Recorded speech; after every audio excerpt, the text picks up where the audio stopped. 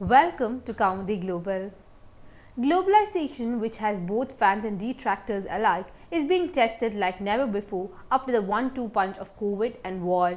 The pandemic had already raised questions about the world's reliance on an economic model that has broken trade barriers but made countries heavily reliant on each other as production was delocalized over the decades.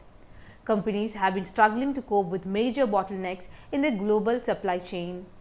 Russia's war in Ukraine has raised fears about further disruptions, with everything from energy supplies to auto parts to exports of wheat and raw materials under threat.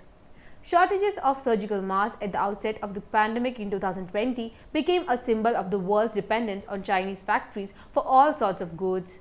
The conflict between Russia and Ukraine has raised concerns about food shortages around the globe as the two agriculture powerhouses are among the major breadbaskets of the world.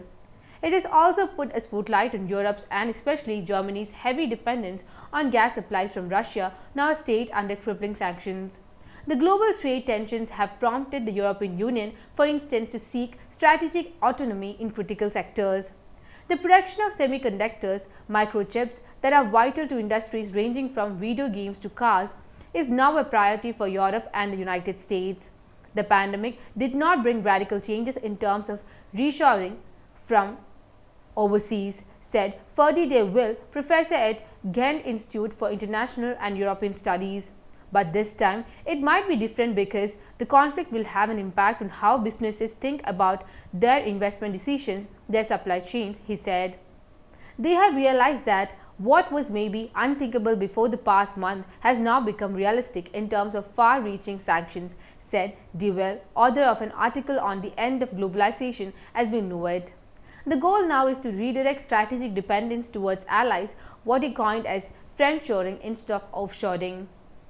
A US-EU agreement Friday to create a task force to wean Europe off its reliance on Russian fossil fuels is the most recent example of friendshoring. Globalization had already faced an existential crisis when former US President Donald Trump launched a trade war with China in 2018, triggering a tit-for-tat exchange of punitive tariffs. His successor, Joe Biden, invoked the need to buy American in his sweeping investment plan to rebuild America.